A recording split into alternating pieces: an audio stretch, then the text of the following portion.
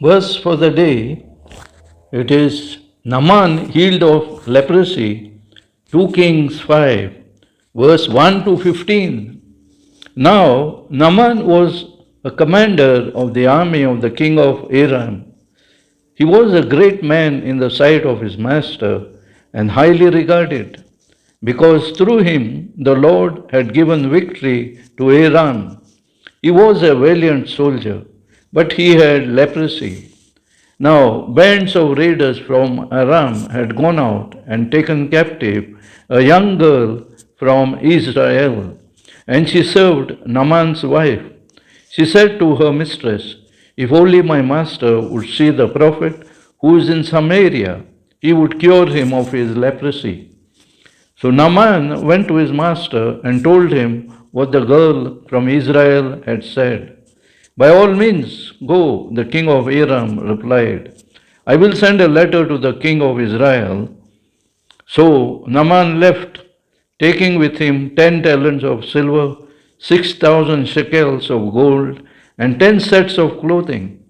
The letter that he took to the king of Israel read, "With this letter I am sending my servant Naaman to you so that you may cure him of his leprosy."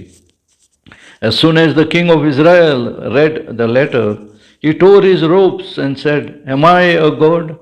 Can I kill and bring back to life? Why does this fellow send someone to me to be cured of his leprosy? See how he is trying to pick a quarrel with me." When Elisha, the man of God, heard that the king of Israel had torn his robes, he sent him this message: "Why have you torn your robes? Make the man come to me, and he will know that there is a prophet in Israel." So Naaman went with his horses and chariots and stopped at the door of Elisha's house. Elisha sent a messenger to him to say, "Go, wash yourself 7 times in the river Jordan, and your flesh will be restored, and you will be cleansed." But Naaman went away angry and said, "I thought that he would surely come out to me and stand and call on the name of the Lord, his God, wave his hand over the spot and cure me of my leprosy. Are not Abana and Pharpar, the rivers of Damascus, better than all the waters of the rivers of Israel? Couldn't I wash in them and be cleansed?" So he turned off and went off in a rage. Naaman's servants went to him and said, "My father, if the prophet had told you to do some great thing, would you not have done it? How much more then, when he tells you, 'Wash and be cleansed'?" So he went down and dipped himself in the Jordan River 7 times, as the man of God had told him, and his flesh was restored and became clean like that of a young boy. Then Naaman and all his attendants went back to the man of God. He stood before him and said, "Now I know that there is no God in all the world except in Israel. So please accept a gift from your servant." In continuation, we find that Jesus is rejected at Nazareth in Luke 4:24 to 30. Here, truly, I tell you, Jesus continued, no prophet is accepted in his hometown. I assure you that there were many widows in Israel in Elijah's time, when the sky was shut for 3.5 years, and there was a severe famine throughout the land. Yet Elijah was not sent to any of them, but to a widow in Zarephath, in the region of Sidon.